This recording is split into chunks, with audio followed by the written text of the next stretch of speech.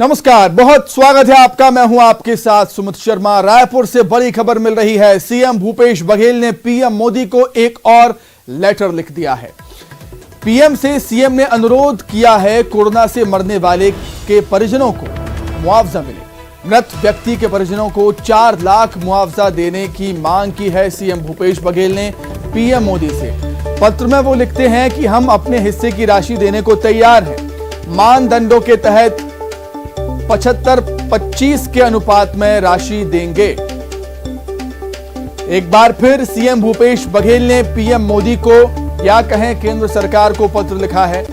Corona से जान गंवाने वाले परिजनों को मुआवजा राशि देने की मांग वो करते हैं। उनका कहना है कि मृतक व्यक्ति के परिजनों को 4 लाख मुआवजा मिले और ये भी लिखते हैं कि हम अपने हिस्से की राशि देने को तैयार हैं। मानदंडों के तहत 75-25 के अनुपात में राशि देंगे।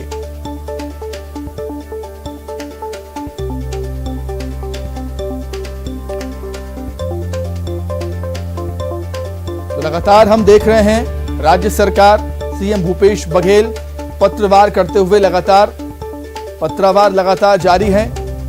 इससे पहले भी सीएम भूपेश बघेल पत्र लिख चुके हैं पीएम मोदी को, केंद्र सरकार को।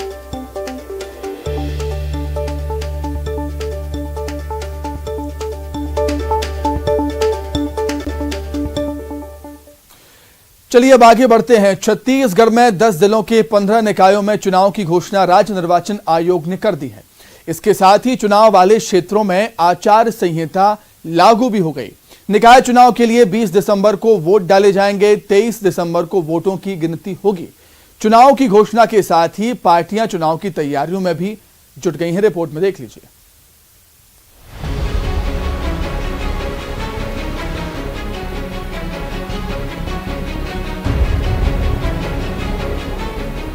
राज्यों के 10 जिलों के 15 निकायों के लिए 20 दिसंबर को वोट डाले जाएंगे। 15 निकायों के 370 वार्डों के मतदाता शहर की सरकार के लिए अपने मताधिकार का इस्तेमाल करेंगे। वोटों की गिनती 23 दिसंबर को होगी। निकाय चुनाव बैलेट पेपर के जरिए होगा। मतदान के लिए 1037 मतदान केंद्र बनाए जाएंगे। मतदान 20 दिसंबर 20 तारीख को सुबह 8 से शाम को 5 बजे। निकाय चुनाव के लिए 27 नवंबर को जिला स्तर पर अधिसूचना जारी होगी, जिसके बाद नामांकन की प्रक्रिया शुरू होगी। 3 दिसंबर तक चुनाव के लिए नामांकन किए जा सकते हैं। 4 दिसंबर को नामांकन पत्रों की जांच होगी। 6 दिसंबर तक नाम वापस लिए जा सकते हैं। मतगणना 23 दिसंबर गुरुवार वही सोमवार को मतदान है। इस प्रकार से आयोग द्वारा आज ये निर्वाचन कार्यक्रम जारी किया जा रहा है। बीरगांव, भिलाई चारोदा और रिसाली नगर निगम के साथ ही 5 नगर पालिका परिषदों सारंगढ़, बैकुंठपुर, शिवपुर चर्चा, जामुल, खैरागढ़ नगर पालिका परिषद में चुनाव होंगे।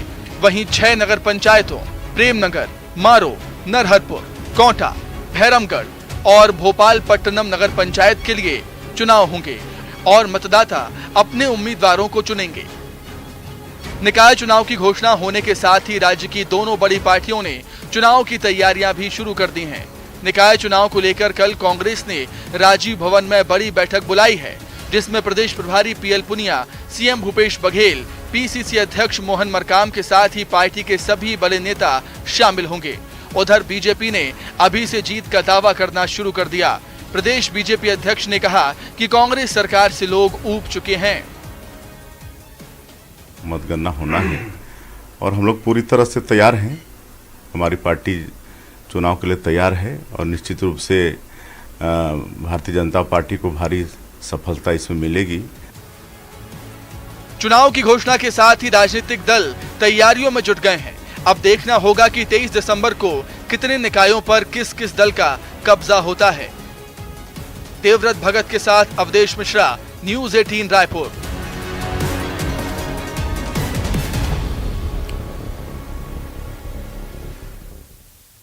तो वही निकाय चुनाव की घोषणा होने के साथ ही कांग्रेस निकाय चुनाव की तैयारियों में जुट गई है। कल राजीव भवन में पार्टी की एक बड़ी बैठक होनी है, जिसमें प्रदेश प्रभारी PL Punia, CM Bhupesh Baghel, PCC chief Mohan Markam के साथ ही निकाय चुनाव वाले क्षेत्रों के जिलों के प्रभारी मंत्री, सांसद, विधायक, जिला संगठन के प्रभारी पदाधिकारी, पर्यवेक्षक, जिला और शहर कांग्रेस के अध्यक्ष इस बैठक में शामिल होंगे।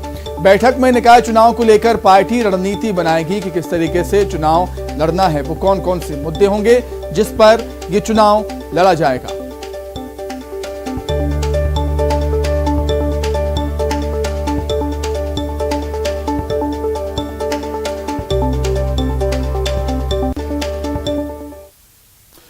अब बात करेंगे बस्तर की। बस्तर को सीएम भूपेश बघेल ने बड़ी सौगात दी है। जगदलपुर में सीएम ने 1735 करोड़ रुपए की चिराग परियोजना का शुभारंभ किया।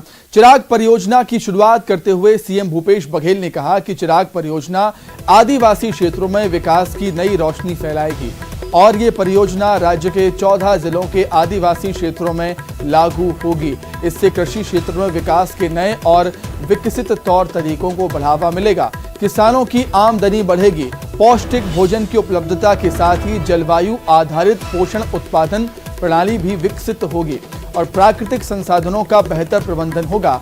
उन्होंने धान खरीदी और डीएपी की कमी को लेकर केंद्र सरकार पर निशाना भी साधा।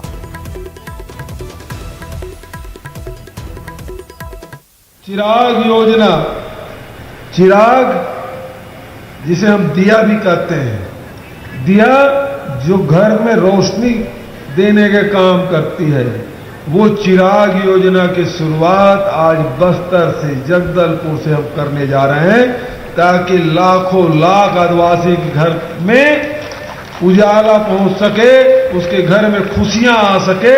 वो जो लघु उपज संग्रहित करते हैं, जो कृषि कार्य करते हैं, जो यहाँ की स्थानीय जो कला है उसको हम कैसे बढ़ावा दे सकते हैं, उससे कैसे रोजगार प्राप्त किया जा सकता है, उसके जीवन स्तर में कैसे बदलाव लाया जा सकता है, इसके लिए 1735 करोड़ की योजना, आज तक इतनी बड़ी योजना की शुरुआत नहीं हुई थी। 1735 करोड़ रुपया की 14 जिला में हम लोग करने जा रहे हैं, हमने किया है। तो आप सबको इसके लिए मैं बधाई देता हूं, शुभकामना देता हूं। बात खड़ी है, लाख अड़ंगे के बाद भी समर्थन मूल्य में हम धान खरीदी कर रहे हैं और इनपुट सब्सिडी 9,000 रुपया दे रहे हैं। ठीक दीपावली के पहले तीसरा किस्त आपको मिला। अभी तक के 4,500 करोड़ रुपया किसानों के खाते में डाल चुके हैं। बचत राशि मार्च में हम लोग देंगे। 1 दिसंबर से धान की खरीदी की शुरुआत। डीएपी है ही नहीं तो समझ लो ये सरकार, केंद्र सरकार न एमएसपी दे पा रही है, न खुद बोनस देती है, न हमें देने दे रही है। अब तो डीएपी खाद भी नहीं मिलेगा। वहीं जगदलपुर को सीएम भूपेश बघेल ने कई सौगातें दी। मुख्यमंत्री ने शहर के धर्मपुरा स्थित आस्था निकुंज सियान वाटिका में वृद्धजनों से मुलाकात कर प्रदेश की खुशहाली के लिए उनका आशीर्वाद लिया और फिजियोथेरेपी केंद्र का शुभारंभ भी किया। बस्तर क्षेत्र में पर्यटन को बढ़ावा देने के लिए वेलनेस टूरिज्म की सुविधा का शुभारंभ भी किया। इससे बस्तर अंचल में पर्यटकों को वेलनेस टूरिज्म की सुविधाएं मिलेंगी। इसके बाद सीएम भूपेश बघेल नवनिर्मित Indravati working women transit hostel के गृह प्रवेश कार्यक्रम में भी शामिल हुए और महिलाओं को हॉस्टल के कमरों की चाबियां सौंपी।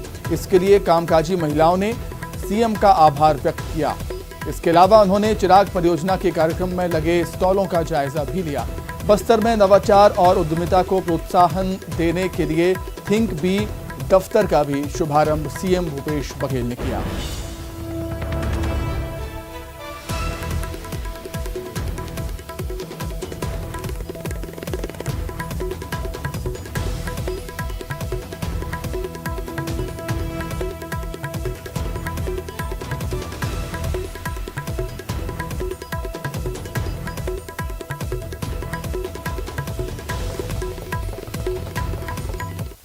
वहीं प्रदेश में बारदाने को लेकर सियासत अभी भी जारी है, जिसको लेकर अब खाद्य मंत्री अमरजीत भगत का एक बड़ा बयान सामने आया है। बारदाने की कमी को लेकर मंत्री ने आरोप लगाते हुए कहा कि जूट कमिश्नर केंद्र के टूल की तरह काम कर रहा है। सारे क्लोज हमने पूरे किए। अगर वो बारदाना नहीं भेज रहे हैं तो ये क्या, इसे क्या समझा जाए? जानबूझकर बारदाने की कमी को पैदा किया जा रहा है, ऐसा उनका कहना है। जब केंद्र की जवाबदारी है, जितने भी राज्य सरकारें धान खरीदी करती हैं केंद्र के एजेंसी के रूप में करती हैं, और जितना धान खरीदी करते हैं उनके गाइडलाइन के अनुसार उनको सेंट्रल पूल में चावल भी लेना रहता है। उनको जितनी आवश्यकता बारदाने की पड़ेगी उसको भी जूट कमिश्नर के माध्यम से आपूर्ति होती है। इसकी पेमेंट भी हम एडवांस में करते हैं, सभी राज्य। हाँ, इसका मोड में ही है कि एडवांस पेमेंट मोड है। वहीं छत्तीसगढ़ में रेडी टू ईट भोजन को लेकर काफी समय से शिकायतें मिल रही थी। इसी को देखते हुए एक नई कवायद अब शुरू की गई। अब एक जगह पर ही रेडी टू ईट बनाया जाएगा। पहले इसे स्व सहायता समूहों के जरिए तैयार किया जाता था, लेकिन अब मशीनों से इसे तैयार किया जाएगा। इसे बंद करने के पीछे क्या वजह है, इसे लेकर महिला बाल विकास मंत्री अनिला भेड़िया ने कहा कि लगातार आ रही शिकायतों के चलते ये फैसला लिया गया है। अब क्वालिटी को लेकर कोई शिकायत नहीं होगी।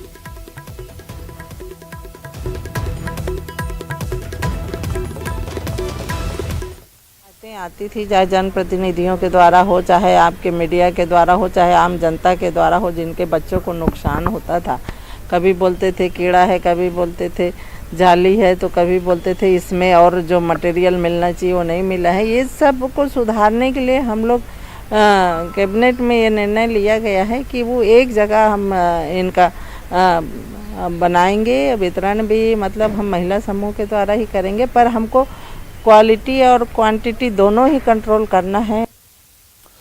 वहीं कवर्धा कांड की न्यायिक जांच की मांग को लेकर बुधवार को बीजेपी के विधायक और सांसदों ने मुख्यमंत्री निवास का घेराव किया। बीजेपी जिला दफ्तर से रैली के रूप में निकले विधायक सांसदों को सिविल लाइन थाने के सामने पुलिस ने रोक दिया और डॉक्टर रमन सिंह, धर्मलाल कौशिक, विष्णुदेव साय सहित सभी विधायक और सांसदों को हिरासत में भी ले लिया गया, जिसके विरोध में विधायक अजय चंद्राकर और शिवरतन शर्मा सड़क पर ही धरने पर बैठ गए। सभी की बिना शर्त रिहाई के बाद बीजेपी ने अपना आंदोलन खत्म किया, लेकिन लड़ाई जारी रखने का ऐलान भी बीजेपी ने कर दिया है।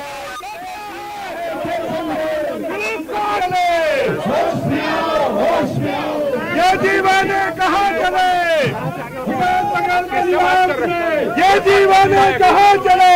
ये प्रदेश के करोड़ों लोगों की भावना का सवाल है। छत्तीसगढ़ शांति का टापू और कल्पात्री महाराज की कृपा से कवर्धा और कबीर धाम कभी इस प्रकार की घटनाएं कभी नहीं हुई। और एक प्रकार से कबीर धाम को जिस प्रकार राजनीतिक षड्यंत्र के द्वारा तुष्टीकरण की राजनीति जो की गई है, आज पूरा न केवल कवर्धा जिला बल्कि पूरा प्रदेश इससे आक्रोशित है। इस प्रकार की मामला हो, ये इतने गंभीर विषय है, इसका निराकरण तभी होगा जब न्यायिक जांच की होगी। विपक्ष के पूरे विधायक, पूरे माननीय सांसद मौजूद हैं। इससे बड़ा डेलीगेशन कोई हो सकता है? दुनिया की बड़ी से बड़ी समस्या संवाद से हल होती है, लेकिन उसको कवर्धा के मामले में राजनीति करनी है, संतुष्टिकरण करनी है, बहुसंख्यक समाज के लोगों को अपमानित करना है और निर्दोष लोगों को जेल भेजना है और गिरफ्तारी के बाद एट्रोसिटी लगाना के और जेल की अवधि को बढ़ाने है। तो देश में कानून का राज है, इस प्रदेश में कानून का राज है कि नहीं है कि भूपेश बघेल जी की तानाशाही है? ये घटना से झलक रहा है आज के कि भूपेश बघेल जी की तानाशाही से यह प्रदेश चल रहा है। वहीं जन जागरण यात्रा पर निकले पीसीसी अध्यक्ष मोहन मरकाम का एक अनोखा अंदाज देखने को मिला। जांजगीर चांपा जिले में शिवरी नारायण नगर पंचायत में पीसीसी चीफ ने पहले बच्चे के साथ क्रिकेट खेली। इसके साथ ही उन्होंने सड़क पर झाड़ू भी लगाया और लोगों को मिठाइयां भी बांटी। 3 तस्वीरें आप देख रहे हैं। बच्चों के साथ क्रिकेट खेलते हुए नजर भी आए मोहन मरकाम, सड़क की सफाई भी करते हुए नजर आए और लोगों को मिठाइयां खिलाते हुए भी नजर आए हैं पीसीसी चीफ मोहन मरकाम, जो कि जांजगीर दौरे पर थे।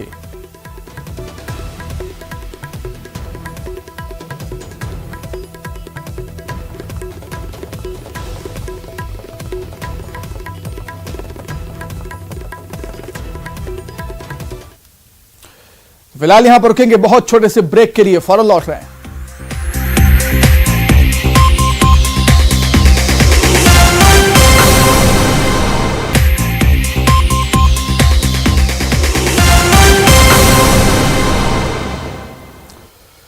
ब्रेक के बाद बात करेंगे रायपुर से मिल रही बड़ी खबर की। नगर निगम की सामान्य सभा कल होगी। कल सुबह करीब 11 बजे बैठक होगी। निगम सामान्य सभागार में बैठक का आयोजन किया जाएगा। 1 घंटे का प्रश्नकाल होगा। 4 महीने बाद दूसरी बार सामान्य सभा होने जा रही है। खारूर में प्रदूषण, मच्छरों के प्रकोप और अवैध प्लॉटिंग का मामला गूंजेगा सामान्य सभा में। रायपुर से बड़ी खबर आपको बता रहे हैं। सुबह 11 बजे, कल सुबह 11 बजे बैठक होगी। निगम सामान्य सभा सभागार में बैठक आयोजित की जाएगी। 1 घंटे का प्रश्नकाल होगा। 4 महीने बाद दूसरी बार सामान्य सभा हो रही है, जिसमें कई अहम मुद्दे गूंजेंगे।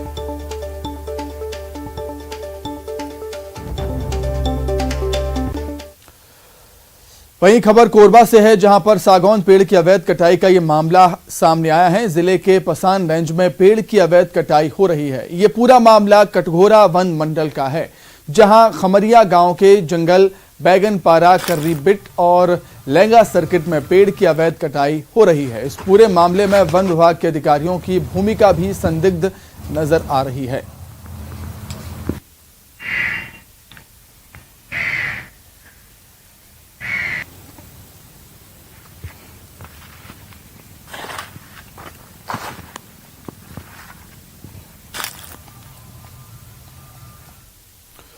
तो इसी के साथ ही फिलहाल इस बुलेटिन में इतना ही। खबरें लगातार जारी हैं। नमस्कार।